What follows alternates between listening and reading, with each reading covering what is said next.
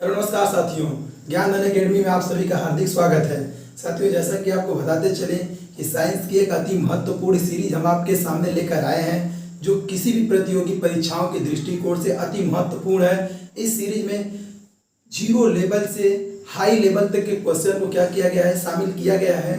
और आपके सामने हम खटाक से क्या कर रहे हैं, क्वेश्चन को पेश करने जा रहे हैं। और जो भी क्वेश्चन होगा उनके जितने भी ऑप्शन होंगे 4-5 सभी ऑप्शनों को क्या किया जाएगा, अच्छे से शिद्दत से निचोड़ा जाएगा कि उस ऑप्शन का मतलब क्या है। तो चलिए पूरे शिद्दत से बने रहिए। हो चुका आगाज लड़का, युग बदलने की तैयारी है, जीत उसी की होगी साथियों जिसका संघर्ष अंत तक जारी रहेगा। चलिए शुरू करते हैं। आज का पहला क्वेश्चन आपके सामने है, किस तत्व की कमी से घेंघा रोग हो जाता है। घेंघा रोग पूछा है ना। घेंघा रोग कहाँ पे होता है साथियों, गले में ना। गले का क्या होना, फूल जाना ही क्या है, घेंघा रोग है। कौन से तत्व की कमी के कारण होता है, छाप लीजिए। अगर घेंघा रोग की बात करें तो किस तत्व की कमी साथियों, आयोडीन है ना। आयोडीन की कमी से क्या होता है, घेंघा रोग। आयोडीन क्या है, एक तत्व है। कौन से ग्रुप में पाया जाता है, छाप लीजिए ना पूरी तरीके से। कौन से ग्रुप में पाया जाता है, ग्रुप 17वें ग्रुप का ये क्या है साथियों, 17वें ग्रुप का ये तत्व है।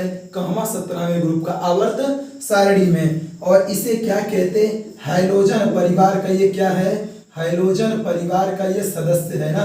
हैलोजन परिवार का सदस्य है कौन, आयोडीन। तो क्वेश्चन क्या पूछा, घेंघा रोग की कमी से कौन सा रोग हो जाता है, मतलब घेंघा रोग किसकी कमी से होता है। तो ऑप्शन क्या सही होगा साथियों, आयोडीन ना। आयोडीन की कमी से कौन सा रोग हो जाएगा, घेंघा रोग। अच्छा, बात करें पहले ऑप्शन की, नाइट्रोजन। अगर नाइट्रोजन की बात कर लें तो ये कहाँ पे यूज करते समझ लीजिए। नाइट्रोजन का यूज करते हैं ना, जो चिप्स और कुरकुरा होते हैं ना, चिप्स कुरकुरे के पैकेट में इसको क्या किया जाता है साथियों, भरा जाता है। चिप्स और कुरकुरे के पैकेट में क्यों भरते हैं, क्योंकि ये जो नाइट्रोजन होता है ना, ये कम क्रियाशील है, जल्दी क्रिया नहीं करता। इसीलिए चिप्स और कुरकुरे के पैकेट में देखिए हवा भरी रहती है। वो हवा कौन सी होती है, नाइट्रोजन गैस होती है। क्या काम है, ये कम क्रियाशील है, इसीलिए चिप्स और कुरकुरे जल्दी खराब नहीं होते हैं। बात कर लें अगले ऑप्शन की, कैल्शियम की। कैल्शियम क्या है साथियों, हाँ, हमारी हड्डियों के लिए बहुत जरूरी तत्व है ना कैल्शियम। क्या काम करता है, हड्डियों को मजबूती प्रदान करता है कौन, कैल्शियम। चलिए ध्यान दीजिए। कार्बन की बात कर लें तो सबसे महत्वपूर्ण व्यक्ति यही है कौन, कार्बन।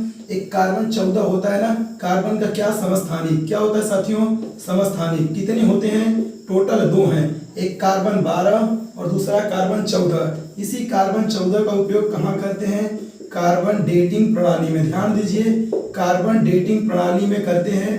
कौन, क्या होता है ये, जीवाश्मों की आयु निर्धारित करने के लिए यह प्रणाली होती है। तो इस क्वेश्चन का आंसर क्या हो जाएगा साथियों, घेंघा रोग किसकी कमी से होता है, तो किसकी कमी से, आयोडीन की कमी से। अब अगला क्वेश्चन देखते हैं। अगला क्वेश्चन ध्यान दीजिए साथियों, क्या कह रहा है कि निम्नलिखित में से किसको सेल का पावर प्लांट कहते हैं। सेल यानी कोशिका का पावर प्लांट। पावर प्लांट मतलब विद्युत घर किसे कहते हैं, ध्यान दीजिए। अच्छा, ऑप्शन की अगर बात कर लें तो सेंट्रोसोम क्या काम करता है साथियों, सेल के अंदर होता है सेंट्रोसोम। ये जितने पॉइंट्स लिखे हैं सेल के अंग ही यानी कोशिका के अंग ही है। अब ध्यान दीजिए, सबके बारे में बात कर लेते हैं। और चारों अंग जो लिखे हैं सबसे इंपॉर्टेंट यही है। सेंट्रोसोम की अगर बात करें तो ये क्या करता है साथियों, सेल डिवीजन, यानी सेल का क्या करता है, विभाजन। ध्यान दीजिए, सेंट्रोसोम क्या करता है, सेल का विभाजन। अगला ध्यान दीजिए, राइबोसोम क्या करता है साथियों, ये क्या करता है, प्रोटीन का निर्माण करता है। क्या करता है साथियों, प्रोटीन का निर्माण करता है। इसीलिए इसको क्या कहते हैं, प्रोटीन की फैक्ट्री। किसको, राइबोसोम को। कौन ढूंढा, तो पैलाडे ने, इसीलिए इसको पैलाडे कण भी कहते हैं। ध्यान रखिएगा। और सबसे सूक्ष्मतम कोशिका का पार्ट भी कौन है, राइबोसोम ही है। लाइसोसोम की अगर बात कर ले तो ये क्या कहलाती है साथियों, आत्मघाती थैली। आत्मघाती थैली किसे कहते हैं, लाइसोसोम को। ध्यान दीजिएगा, कोशिका का पाचन कौन करता है, लाइसोसोम, इसीलिए इसका का नाम क्या है, आत्मघाती थैली। माइटोकॉन्ड्रिया क्या करता है, यही वो व्यक्ति है जो क्या करता है साथियों, सेल के अंदर ऊर्जा बनाता है। किस फॉर्म में बनाता है, एटीपी के फॉर्म में। एडिनोसिन ट्राइफॉस्फेट क्या निर्माण करता है, ग्लूकोज का निर्माण करता है। और यही ग्लूकोज हमें क्या प्रदान करता है, ऊर्जा प्रदान करता है। ध्यान रखिएगा। तो माइटोकॉन्ड्रिया साथियों खोजकर्ता कौन, छाप लीजिएगा, अल्टमैन ना। अल्टमैन क्या है, इसके खोज करता है। ऊर्जा घर इसी को कहते हैं ऊर्जा घर, विद्युत घर, पावर प्लांट सब किसको कहते हैं? माइटोकॉन्ड्रिया को। अगला क्वेश्चन देखते हैं। अगला क्वेश्चन ध्यान दीजिए क्या कह रहा है। कह रहा है सबसे बड़ी अंतःस्रावी ग्रंथि है। अंतःस्रावी ग्रंथि पूछ रहा है, ध्यान दीजिए। केवल ग्रंथि पूछता तो ऑप्शन क्या था? लीवर यानी यकृत। ध्यान दीजिएगा, मानव शरीर के सबसे बड़ी ग्रंथि की अगर बात करें कौन है? यकृत है। ध्यान से समझिएगा, बट ये पूछा है अंतःस्रावी ग्रंथि। अंतःस्रावी ग्रंथि के बारे में बताना है तो अंतःस्रावी ग्रंथि साथियों सबसे बड़ी अगर बात करें कौन हो जाएगी? थायराइड ग्रंथि। ध्यान दीजिएगा, थायराइड क्या है? सबसे बड़ी अंतःस्रावी ग्रंथि है। लेकिन अगर ऐसे जनरली पूछ ले सबसे बड़ी ग्रंथि कौन है तो यकृत है। यकृत क्या है? सबसे बड़ी ग्रंथि है। ध्यान से समझिएगा, यकृत सबसे बड़ी ग्रंथि है। अगर अग्नाशय की बात करें, पॉइंट एकदम देखिए, ये मिश्रित ग्रंथि है। कैसी ग्रंथि साथियों? मिश्रित ग्रंथि है। कौन? अग्नाशय। मतलब इसको बहिस्रावित ग्रंथि भी कहते, अंतःस्रावित ग्रंथि भी कहते, बट ये कौन सी है? बहिस्रावित ग्रंथि है। तो अग्नाशय क्या है साथियों? मिश्रित ग्रंथि है और ये दूसरे नंबर की सबसे बड़ी ग्रंथि है। कौन से नंबर की साथियों? दूसरे नंबर की ना। दूसरे नंबर की सबसे बड़ी ग्रंथि कौन है? अग्नाशय है। बात कर ले किसकी? पीयूष ग्रंथि की। सबसे छोटी ग्रंथि, सबसे छोटी ग्रंथि कौन है? पीयूष ग्रंथि। कहाँ पे होती है? ब्रेन में, खोपड़ी में ना। हाँ, खोपड़ी में होती है, ब्रेन में। कौन ग्रंथि? पीयूष ग्रंथि। और इससे क्या रिलीज होता है? इससे वृद्धि हार्मोन रिलीज होता है। ध्यान दीजिएगा, वृद्धि हार्मोन कहाँ से रिलीज होता है? पीयूष ग्रंथि से। तो इस क्वेश्चन का आंसर साथियों क्या होगा? अंतःस्रावी ग्रंथि सबसे कौन है साथियों? हाँ, सबसे बड़ी अंतःस्रावी ग्रंथि कौन है? थायराइड ग्रंथि। कहाँ पे होती है? गले में। इसी के फूल जाने के कारण घेंगा रोग हो जाता है। चलिए अगला क्वेश्चन देख रहे हैं। अगला क्वेश्चन ध्यान दीजिए साथियों क्या कह रहा है। निम्नलिखित में किस अम्ल में ऑक्सीजन नहीं है? ऑप्शन दे रखा है, इसमें कह रहा है किसमें ऑक्सीजन नहीं है, छांटना है। ऐसे कैसे पता करेंगे कि कौन से में ऑक्सीजन है किसमें नहीं है? चलिए ध्यान दीजिए, नाइट्रिक अम्ल की अगर बात करें तो इसका अगर केमिकल फॉर्मूला लिखें तो क्या होता है साथियों? HNO3। ये किसका फॉर्मूला है? नाइट्रिक एसिड का। सल्फ्यूरिक अम्ल का क्या होता है साथियों? H2SO4। ये किसका हो गया? सल्फ्यूरिक अम्ल का। हाइड्रोक्लोरिक अम्ल का क्या होता है साथियों? HCl। उपयुक्त सभी। तो देख लेते हैं क्या पूछ रहा है क्वेश्चन। निम्नलिखित में से किसमें ऑक्सीजन नहीं है? बताइए, इसमें ऑक्सीजन है? कहिएगा हाँ सर है। बिल्कुल है इसमें ऑक्सीजन। इसमें है? हाँ सर है। क्या इसमें ऑक्सीजन है? नहीं है इसमें ऑक्सीजन। तो ऑप्शन नंबर कौन सा सही हो जाएगा? ऑप्शन नंबर 3 क्या है इसका? करेक्ट है। उपयुक्त सभी, ये भी क्या है? गलत है। तो क्या पूछा? ऑक्सीजन नहीं है। ऑक्सीजन किसमें नहीं है? HCl यानी हाइड्रोक्लोरिक अम्ल। आपके सामने फॉर्मूला लिखिए, लिख लीजिएगा। चलिए अगला क्वेश्चन देखते हैं। अगला क्वेश्चन ध्यान दीजिए साथियों क्या कह रहा है। कह रहा है निम्नलिखित में सबसे सक्रिय धातु कौन है ना। सबसे सक्रिय धातु पूछा है। एक धातुओं की क्या होती है साथियों? सक्रियता श्रेणी होती है। और इस धातुओं की सक्रियता श्रेणी में सबसे ऊपर कौन है? पोटेशियम। इसके बाद कौन है साथियों? सोडियम। फिर कौन है? कैल्शियम। नीचे से अगर बात कर लें तो सोना और चांदी। Ag क्या है साथियों? सिल्वर है। Au क्या है? गोल्ड है। ध्यान दीजिए, ऊपर के 3 नीचे के 2। सबसे कम सक्रिय यही दोनों हैं। सबसे कम सक्रिय कौन है? यही दोनों। कौन? गोल्ड और सिल्वर।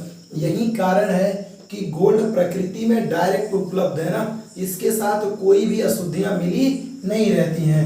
अगर बात कर ले सबसे सक्रिय कौन है तो पोटेशियम सबसे सक्रिय है। ये क्या है साथियों? तुरंत किसी के साथ क्रिया कर लेगा ना। कौन? पोटेशियम। फिर दूसरे नंबर पे सक्रिय कौन है? सोडियम। तीसरे नंबर पे कौन है? कैल्शियम। आपसे पूछा है सबसे सक्रिय धातु, ऑप्शन के हिसाब से चलिए। सोडियम दूसरे के नंबर का है, ये दूसरे नंबर का है। कैल्शियम तीसरे नंबर का है। पोटेशियम की बात करें तो यही क्या है साथियों? पहले नंबर पे। और इसका ऑप्शन क्या सही हो जाएगा? Option number 3। चलिए अगला क्वेश्चन देखते हैं।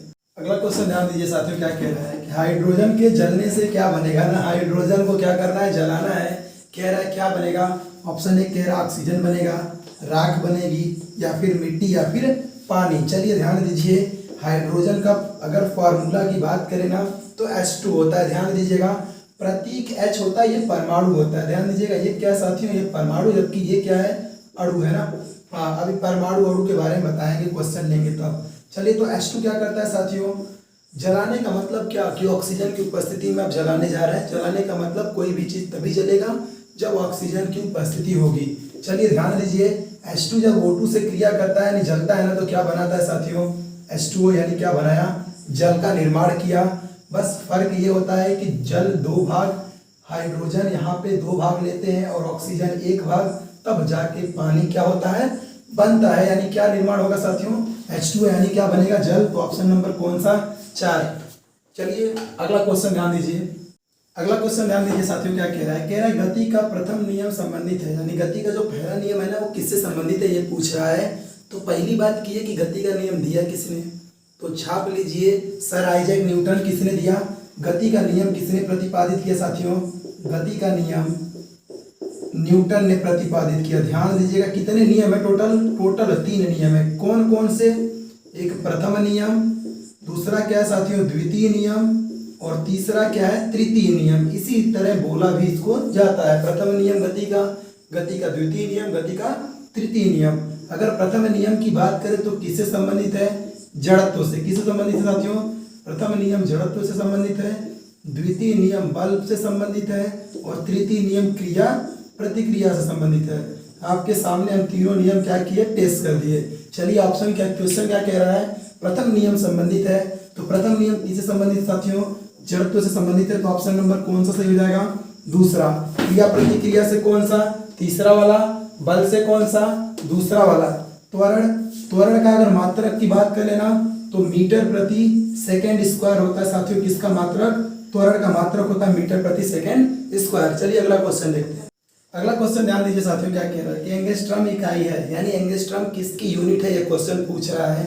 चलिए अगर वेग की बात कर लेना तो वेग की यूनिट क्या होती है साथियों, मीटर प्रति सेकंड स्क्वायर ना। वेग की यूनिट क्या होती है, मीटर प्रति सेकंड स्क्वायर। और अगर ऊर्जा की बात कर ले तो ऊर्जा की यूनिट क्या होती है साथियों, जूल, है ना। ऊर्जा का मात्रक क्या होता है, जूल, और यही मात्रक कार्य का भी होता है। आवृत्ति की बात कर ले तो क्या, हर्ट्ज होता है ना। क्या होता है साथियों, आवृत्ति का मात्रक क्या होता है, हर्ट्ज, है ना। हर्ट्ज क्या इसे लिखते हैं, HZ लिख देते हैं, हर्ट्ज होता है आवृत्ति का मात्रक। तरंग दैर्ध्य की बात करें तो इसी का मात्रक होता है साथियों क्या, एंगस्ट्रॉम। किसका मात्रक है, तरंग दैर्ध्य का। इसे मीटर में भी लिखते हैं ना, इसे किसमें लिखते हैं, मीटर में भी। यहाँ एक पैमाना लिख रहे हैं, छाप लीजिएगा। 1 एंगस्ट्रॉम का ये प्रतीक है। 1 एंगस्ट्रॉम बराबर होता है 10⁻⁻10 मीटर होता है, छाप लीजिएगा।